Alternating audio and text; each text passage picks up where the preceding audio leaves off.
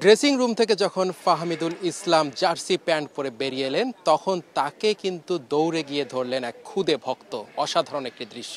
কিন্তু সেই খুদে ভক্তকে ফাহমিদুল দূরে সরিয়ে দেননি, বরং কাছে টেনে নিয়েছেন এবং ধীরে ধীরে অনেকটা পথ তার সাথে হেঁটে গেছেন, তার সাথে গল্প করেছেন।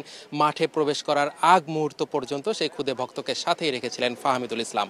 ফাহমিদুল, হামজা এবং সমিত সোম বাংলাদেশের ফুটবলে যুক্ত হওয়ার পর থেকে বাংলাদেশের ফুটবলের যে জাগরণ উঠেছে এবং মানুষ যে পরিমাণ তাদেরকে ভালোবাসা দিয়েছে, তারা কিন্তু বাংলাদেশে আসার পর সেই বিষয়টা বেশ ভালোভাবে উপলব্ধি করতে পেরেছেন এবং মাঠে এসে তারা কিন্তু মাঠের যে ক্রাউড ছিল সেই ক্রাউডটা দেখেও তারা উপলব্ধি করতে পেরেছে বাংলাদেশিরা, বাংলাদেশের ফুটবল প্রেমীরা তাদের কতটা ভালোবেসেছেন। আর এটা ওইটা না, কাপড় ধোয়ার একটাই সলিউশন, চাকা অনেক। তো মঙ্গলবার বাংলাদেশ সিঙ্গাপুর ম্যাচ, সেই ম্যাচকে ঘিরে কিন্তু এরই মধ্যে প্রস্তুতি সেরে ফেলেছে বাংলাদেশ দল এবং সিঙ্গাপুরও কিন্তু তাদের প্রস্তুতিটা সেরে ফেলেছে। সিঙ্গাপুর বাংলাদেশের চেয়ে র্যাঙ্কিংয়ে অনেকটাই এগিয়ে আছে, তারপরেও বাংলাদেশের হামজা চৌধুরী এবং সমিত সোম সহ যে খেলোয়াড়রা এসেছে তাদের মাধ্যমে আর কি বাংলাদেশ হোম গ্রাউন্ডে নিজেদের জয় পেতে চায়। 2015 সালে এই মাঠে কিন্তু বাংলাদেশ সিঙ্গাপুরের কাছে হেরেছিল।